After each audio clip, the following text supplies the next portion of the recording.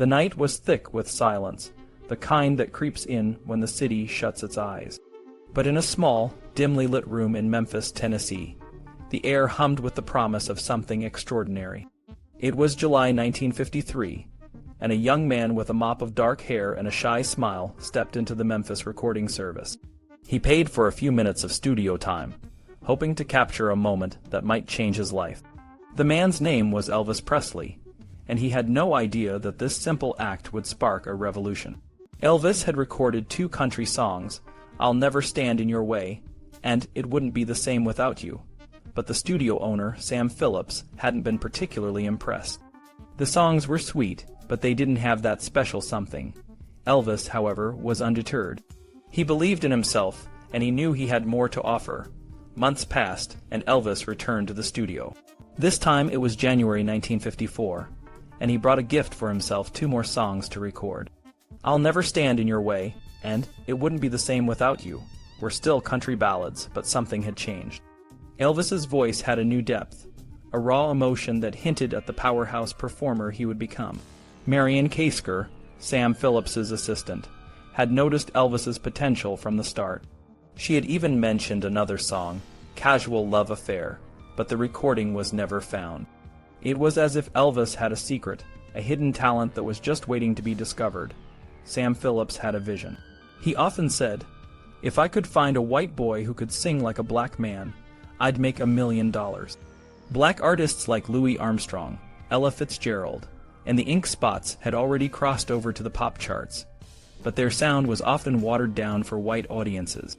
Sam wanted something different, something that could bridge the gap between the raw, soulful sound of R&B and the polished, mainstream pop world. Elvis was that boy. He had a voice that could melt hearts and a presence that could command a room. But Sam wasn't convinced yet.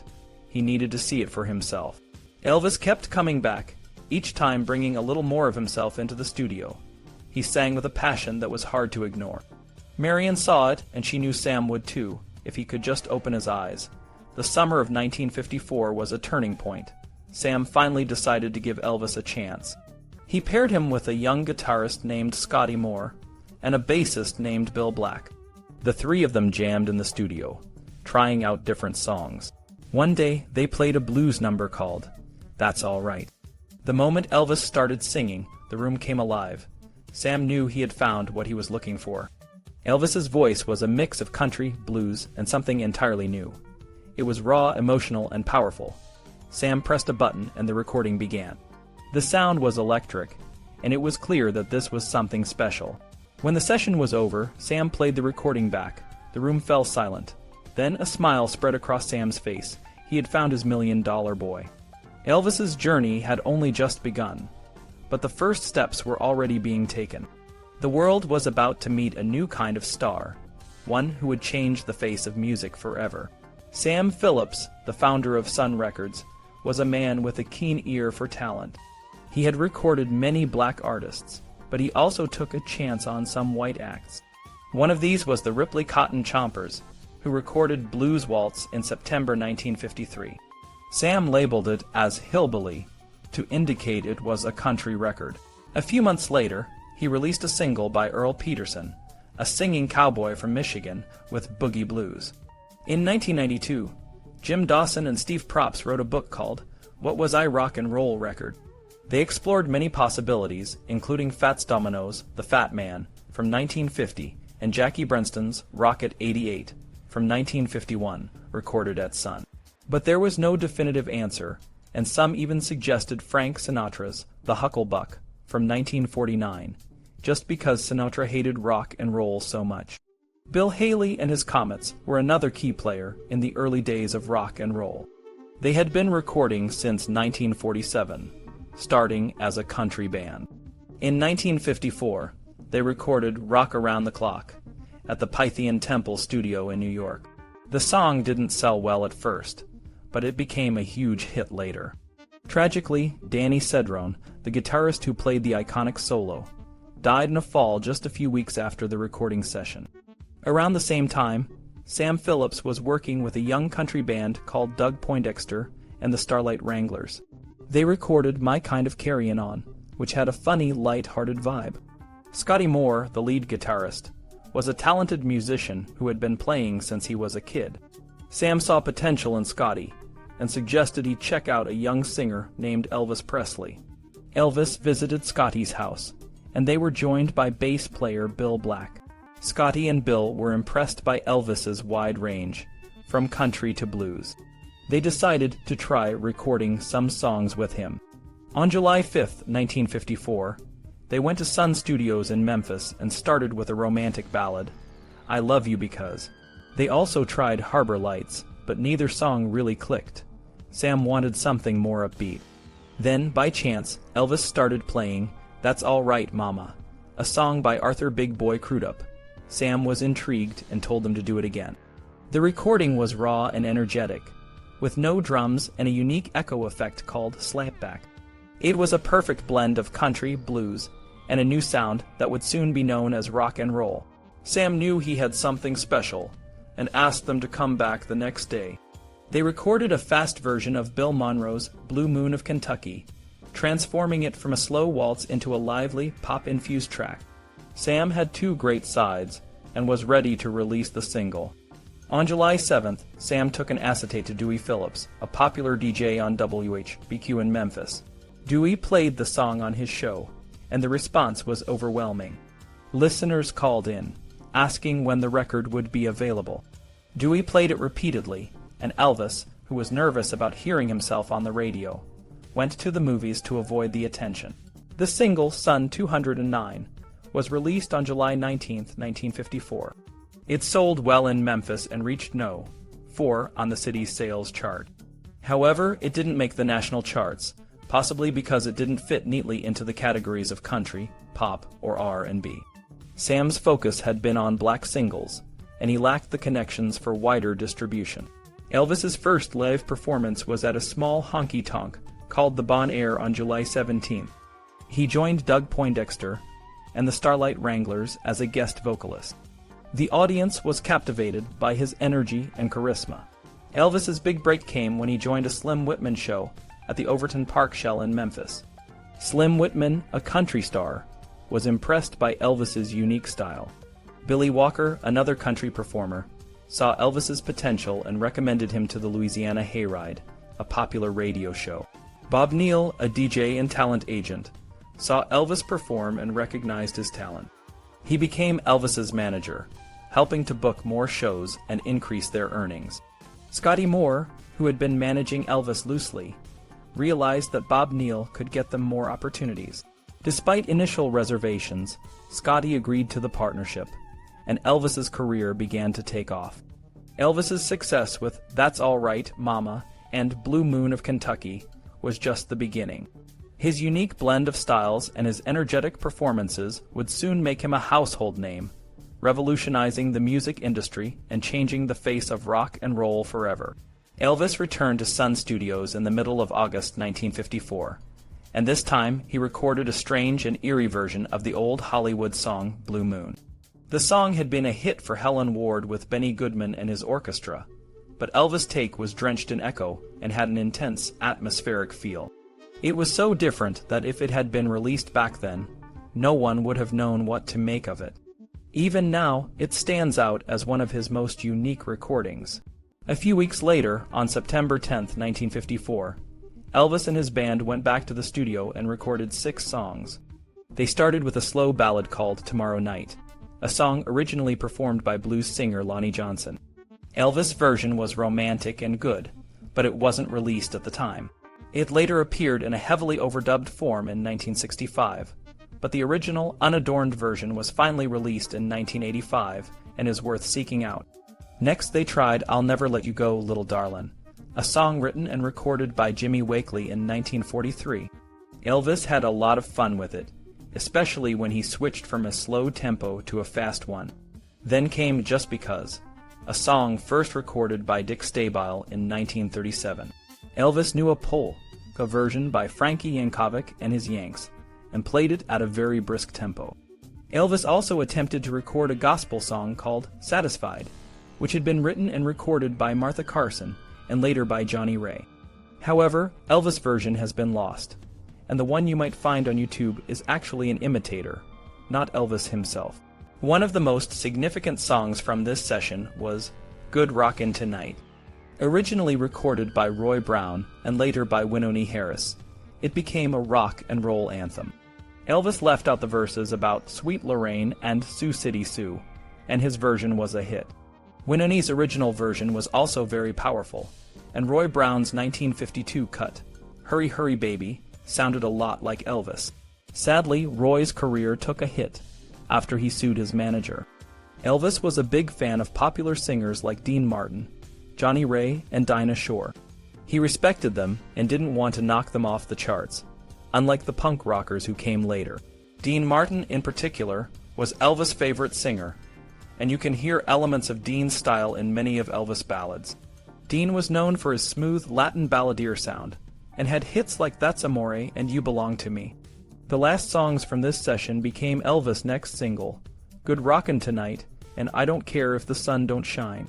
These were released as Sun 210, and it was clear that Sam Phillips, the owner of Sun Records, was focusing heavily on Elvis. This was a risky move, as selling records was a tough business, and Sam had cash flow problems. However, he believed Elvis could break into the white market and solve his financial issues. Between August and November, Elvis played around a dozen shows at the Eagle's Nest in Memphis, earning $10 a night.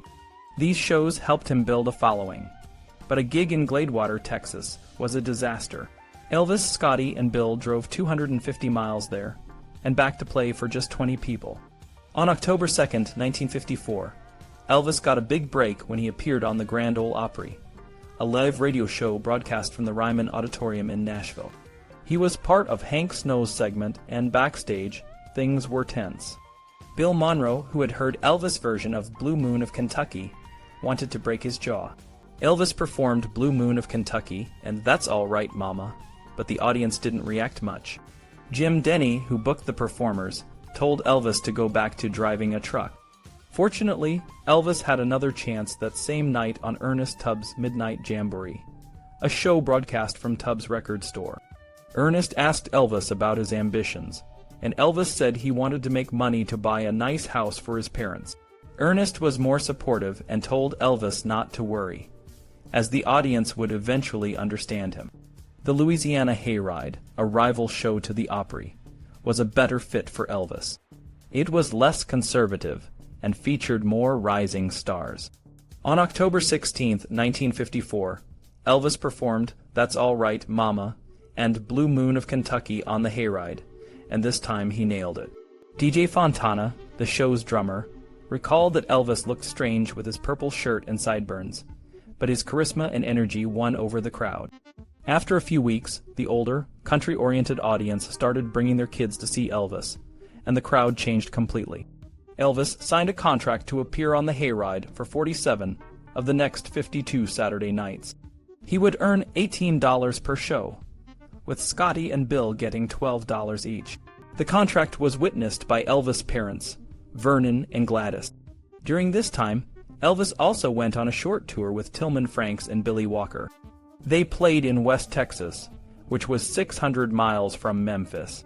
Despite That's All Right Mama being a big hit in Memphis, it hadn't sold well elsewhere. The Hayride, with its wide radio reach, helped change that. Sam Phillips was finally releasing new Sun singles, but not as many as you might expect. On December 10, 1954, Elvis recorded 3 songs. The first was Milk Cow Blues Boogie, a blues song about a farmer who loses his cow, which turns out to be his woman. Elvis had fun with the song, starting slow and then speeding up, and he made a humorous observation. "Hold it, fellas, that don't move me. Let's get real gone for a change." This song became a rock and roll favorite, recorded by artists like Eddie Cochran and Ricky Nelson. Next, they recorded You're a Heartbreaker, a Texas honky-tonk song written and recorded by Perk Williams in 1952. Elvis found a playful way to do the song, dropping some lines and changing others. They also worked on a slow song called My Baby's Gone, which they eventually transformed into I'm Left, You're Right, She's Gone. On December 18, 1954, Elvis performed live on the Louisiana Hayride in Gladewater, Texas. The show was a logistical challenge, as Elvis' energy and popularity made it hard for other headliners to follow him. DJ Fontana recalled that Elvis was often asked to close the show because the audience couldn't get enough of him. Elvis' respect for his elders in country music was evident. He loved the genre and the artists, and it was hard for him to see them struggle after his performances. Hank Snow, a headliner on the Hayride, became a mentor to Elvis. He saw Elvis as a good Christian boy and a talented performer. Hank's son, Jimmy Rogers Snow, who was named after the pioneering country singer, later became a minister and denounced rock and roll, but he and Elvis remained friends. Elvis' journey was just beginning, and his unique blend of country, blues, and rock and roll was starting to capture the hearts of audiences across the country. Mitchell Torok, a singer and songwriter, once said, "Elvis had such appeal and charisma. He wore black hair that fell on his face, pink shirts with black ties, and black and white shoes. Before Elvis, it was string ties, rhinestones, and cowboy boots. You put a picture of Ray Price next to Elvis Presley, and you'll see what I mean."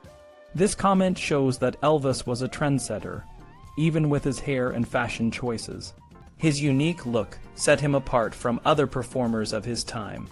Elvis celebrated his 20th birthday with his third single, which included Milk Cow Blues Boogie and You're a Heartbreaker. The same day, Sun Records released some great black gospel music from the Jones Brothers and a song called Move Baby Move by Billy the Kid Emerson. Emerson was a talented blues writer, and one of his songs, Crazy About an Automobile, later became a favorite of Ry Cooder. In January, Elvis, Scotty, and Bill were performing in Arkansas and found themselves without money for gas. They asked a cinema if they could play music between movies for $5. It was a tough time, but they were determined to make it work. On January 31st, 1955, Elvis played at Bethel Springs, Tennessee. W.S. Holland, a drummer who later worked with Carl Perkins and Johnny Cash, was there. He said, "The first time I saw Elvis was in Bethel Springs. We were playing a little club nearby and went to see him at the high school gym. At first, he didn't seem much different from anyone else, but I soon realized he had the right look and the right movements. He had something special." Carl Perkins, who was also performing that night, had mixed feelings about Elvis. His brother Clayton thought Elvis was gay, and Jay thought he was a sissy, but Carl saw potential and was determined to get his own contract with Sun Records. Eddie Arnold's hit, I Wanna Play House with You, inspired a new blues song, Baby Let's Play House, written and recorded by Arthur Gunter in 1954. Elvis loved the song's playful and suggestive lyrics, and recorded it on February 5, 1955. Brendan Croker, a musician from Bradford, said, "Who in England would have said, 'Baby, let's play house'? It's American language at its best and a beautiful description of a future sexual relationship." Elvis' recording of Baby Let's Play House is a classic, and you can tell he was having fun in the studio. The Beatles later borrowed a verse from the song for Run for Your Life. During the same session, Elvis also recorded Ray Charles' I Got a Woman and Tryin' to Get to You, both of which he would revisit later in his career.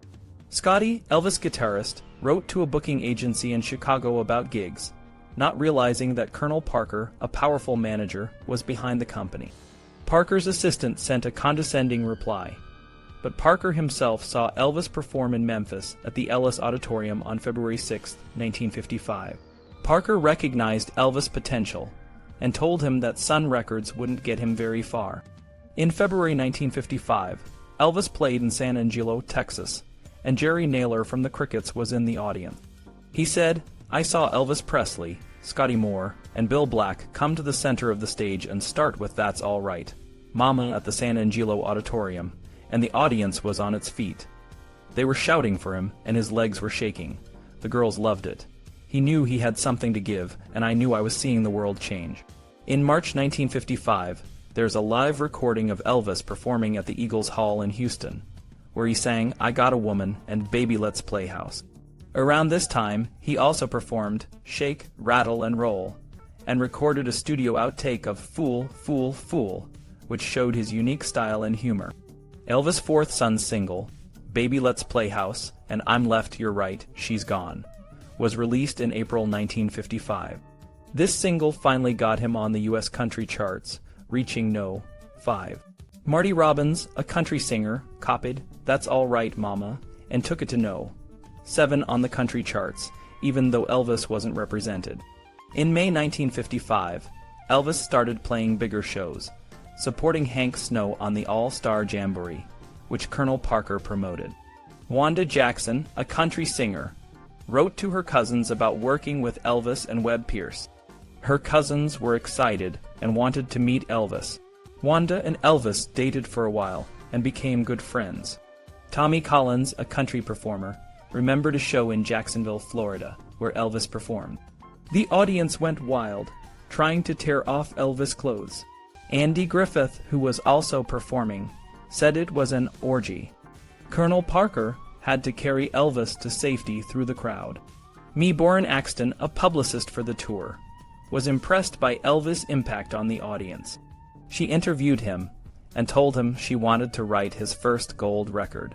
In June 1955, Elvis, Scotty, and Bill played at the Radio Ranch Club in Mobile, Alabama. Ray Sawyer, who later found fame in Dr. Hook, remembered the show. Elvis was late, and when he arrived in a pink Cadillac, everyone rushed to see him. He walked through the audience looking at people, and then ordered a beer and put a cigar in his mouth. Ray thought Elvis was something special, and wished he had asked to join the band. By July 1955, Elvis releases were finally recognized as country music by Billboard. Baby Let's Play House reached No.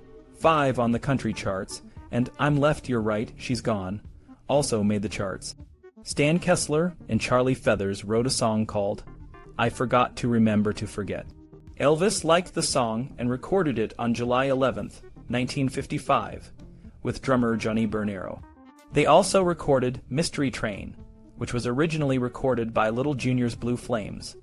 Elvis' version was faster and more intense. Sam Phillips, the owner of Sun Records, said, "Mystery Train was the greatest thing I did with Elvis." Elvis' fifth and final son single, I Forgot to Remember to Forget, and Mystery Train, was released in August 1955. I Forgot to Remember to Forget topped the country charts for 5 weeks, and Mystery Train reached No. 11. On August 3, 1955, Elvis returned to his hometown of Tupelo for a homecoming concert. An incredible 22,000 people showed up, and the National Guard had to control the crowd. Elvis was given the key to the city, shaped like a life-size wrought iron guitar. He wore a velvet shirt made by his mother.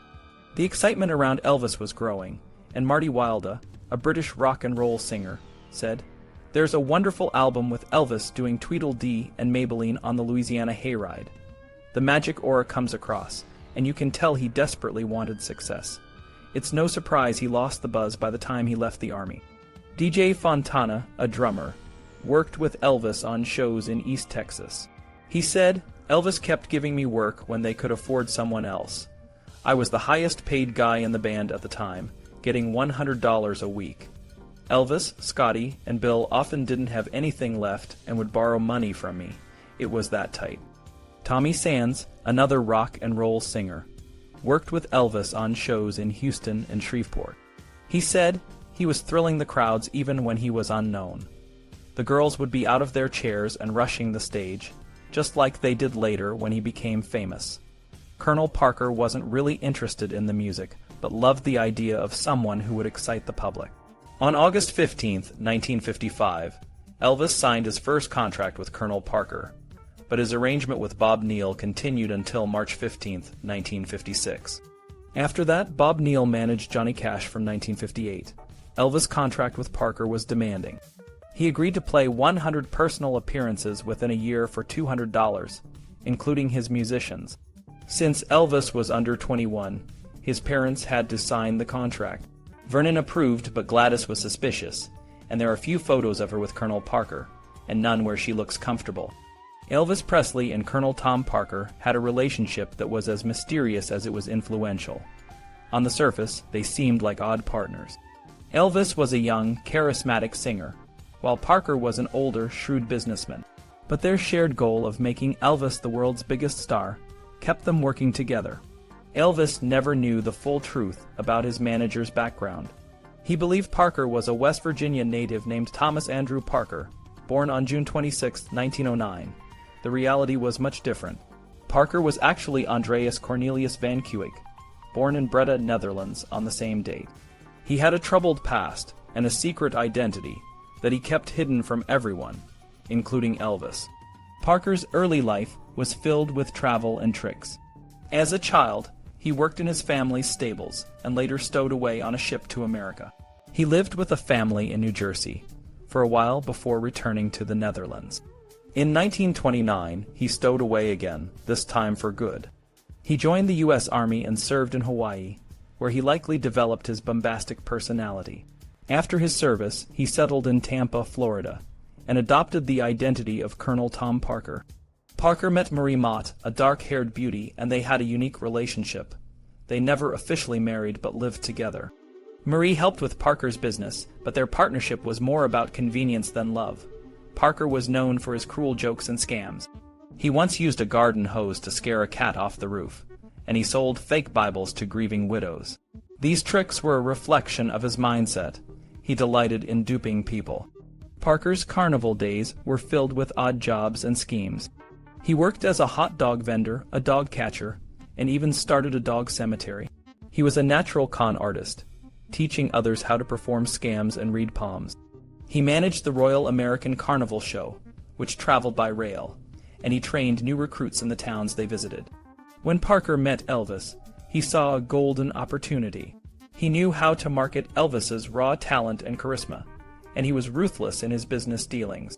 Parker's vision and Elvis's talent combined to create a star unlike any other. Parker negotiated deals that were sometimes unfair, but they also made Elvis a household name. Despite their differences, Elvis and Parker were a powerful team. Parker's ambition and Elvis's artistry fueled each other, even as Parker's secrets and manipulations cast a shadow over their success. The relationship between Elvis and Parker was complex, but it played a crucial role in shaping the early days of rock and roll and turning Elvis into a legend. Tom Parker was a man who knew how to get what he wanted. He started out by managing smaller acts, like country singer Gene Austin and Roy Acuff, learning the ropes of the music business. One day, he met Jimmy Davis, the governor of Louisiana, who made him an honorary colonel. This title gave Parker a bit of authority and made it easier to get hotel rooms and other perks. Parker managed a variety of shows and acts, including Pee Wee King and Eddie Arnold. He even came up with a quirky idea to avoid a 20% entertainment tax at rodeos. He paired Eddie Arnold with a peculiar act, Parker's Incredible Dancing Chickens. The chickens would hop around on a hot plate while the band played Turkey in the Straw. It was a strange but effective way to get around the tax and keep the shows profitable. Parker's next big move was with a young singer named Tommy Sands. He tried to turn Sands into a cowboy star, pushing him to toughen up and scrounge for meals. Despite some initial success, Parker eventually gave up on Sands, moving on to bigger things. In 1955, Parker saw Elvis Presley perform. He recognized Elvis's potential immediately. Elvis had looks, charm, and a voice that could captivate audiences. Parker knew that with the right management, Elvis could become a huge star. He convinced Elvis's parents to sign a contract, using a bit of trickery to get the deal he wanted. Elvis's career took off under Parker's management. Parker negotiated a deal with RCA and got Elvis appearances on major TV shows like The Ed Sullivan Show. Elvis's popularity exploded, and he became a teen idol. Parker was a shrewd businessman, but he was also a bit of a con man. He often said things like, "You are like a son to me," but it was clear that he was more interested in the money than in Elvis's well-being. Elvis was loyal to Parker, even though Parker often made decisions that weren't in Elvis's best interest. Parker saw Elvis's fans as a way to make more money, and he didn't care much about artistic integrity. He would arrange tours and deals that were more about profit than creativity. Parker's management style was very different from that of Brian Epstein, who managed the Beatles. Epstein was more focused on the artist's development and making sure they had control over their work. Parker, on the other hand, treated Elvis like a product to be marketed and sold. Despite the criticisms, Parker was instrumental in making Elvis a global sensation. He knew how to navigate the music industry and make deals that brought Elvis success. However, his methods were often questionable, and he took a large percentage of Elvis's earnings, sometimes as much as 50%. Elvis's loyalty to Parker was unwavering, even when it meant doing things he didn't always want to do. Parker's influence over Elvis was so strong that it shaped the course of Elvis's career. While Parker's management brought Elvis fame and fortune, it also meant that Elvis sometimes lacked the artistic control he might have had with a different manager. 1956 was a pivotal year for music and for Elvis. The rise of rock and roll, the emergence of teenage culture, and the influence of powerful managers like Parker all came together to create a new era in entertainment. Elvis was at the forefront of this change, and Parker was the man pulling the strings behind the scenes. Elvis Presley's move from Sun Records to RCA Victor marked a significant turning point in his career. RCA saw the potential in Elvis to not just be a country star, but a national sensation. They wanted to market him as a rebel, someone who defied the norms and appealed to the younger generation. However, this image didn't quite match Elvis's true nature. He was a law-abiding, church-going, and deeply respectful young man who loved his parents and the music that had shaped him, including country, R&B, and even crooners like Dean Martin. Despite this, RCA marketing strategy worked. Elvis's music was promoted as a form of rebellion against the older generation, against authority, and especially against parents. This idea resonated with many young people who were looking for something new and exciting. Elvis wasn't the only one who fit this mold. Other rock and roll stars like Buddy Holly, Jerry Lee Lewis, and the Everly Brothers also loved their parents and had their support. The true rebel in this group wouldn't come along until Bob Dylan, and even then it was more of an act. Elvis's relationship with his fellow performers was complicated. His manager, Colonel Tom Parker, kept him at a distance from other artists. Elvis never joined rock and roll package tours, even as the main act, and he didn't appear alongside his chart rivals. This helped build his image as a godlike figure, someone who was above the fray and adored by his fans. In 1956, Elvis's success with RCA was undeniable. He spent 25 weeks at No. 1 and sold an astounding 12 million singles and 3 million albums in the US alone. This accounted for 60% of RCA total sales. It was a remarkable achievement, especially considering that just a year earlier, RCA had been hesitant to offer Elvis a contract. Steve Scholes, an RCA executive from Washington, had to go into partnership with music publishers Gene and Julian Aberbach to secure Elvis's signing. They fronted $15,000, and in return, Elvis would record new songs for their company, Hill and Range. Elvis was initially sad to leave Sun Records, where he had recorded some of his earliest hits, but he was excited about the possibilities with RCA. The label was already talking about releasing an LP, which was a big deal at the time. RCA Nashville studio was one of the best in the business, and they were determined to make Elvis a star. The first days of January 1956 found Elvis playing small gigs with Johnny Cash and Carl Perkins. Carl was particularly impressed by Elvis's stage presence, noting that he didn't look like Mr. Ed, like many other performers did. On January 6th, Elvis played a gig at the gym of Randolph High School in Mississippi. He turned 21 just 2 days later, but there's no record of him celebrating. It was a busy time, and the wheels of his career were moving fast. Steve Scholes, along with Chet Atkins, was tasked with recording Elvis's first RCA session. They wanted to retain the feel of the Sun Records, but with a fuller sound. Chet Atkins, a talented guitarist and producer, was brought in to arrange the sessions.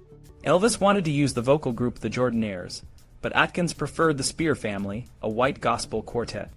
However, not all members of the Spear family wanted to sing secular music, so a makeshift trio was formed, including Gordon Stoker from the Jordanaires and brothers Brock and Ben Spear. RCA Nashville studio was a busy place, and they had recently leased a second studio in a decommissioned church. Chet Atkins and engineer Bob Ferris experimented with creating a unique echo effect, using a long hallway and a speaker at one end and a microphone at the other. The goal was to replicate the excitement of the Sun recordings. Despite the potential, there was a lot of nervousness going into the sessions. Steve Scholes was under pressure to make the investment pay off, and some RCA executives were skeptical about Elvis's crossover appeal. Chet Atkins was unsure if he could improve on the Sun sound, and Elvis and his band were anxious about performing in a new environment. Scotty Moore, Elvis's guitarist, was especially nervous about playing in front of Atkins, a musician he greatly admired. Bill Black, Elvis's bass player, was the only one who seemed relaxed, cracking jokes and chewing gum. The sessions began with a few gospel warm-ups, but the real work started with Ray Charles's R&B hit, I Got a Woman. Elvis sang it with a slow, bluesy ending, moving around the studio and using his new Martin D28 guitar percussively. This caused some issues with the sound, but after a few takes, they got it right. Chet Atkins was so impressed that he called his wife down to the studio to see the magic happening. The next song, Heartbreak Hotel, was a pivotal moment in Elvis's career. It was written by me, Boren Axton, and Tommy Durden, inspired by a newspaper article about a man who committed suicide, leaving a note that said, I walk a lonely street. The song was initially recorded as a demo by Glenn Reeves, but Elvis loved it and asked to record it himself. There was some controversy over the song's ownership, but ultimately Elvis was credited as a co-writer, even though he didn't write it. This was a common practice at the time, and it helped boost his earnings and the bank accounts of his manager and the song's publishers.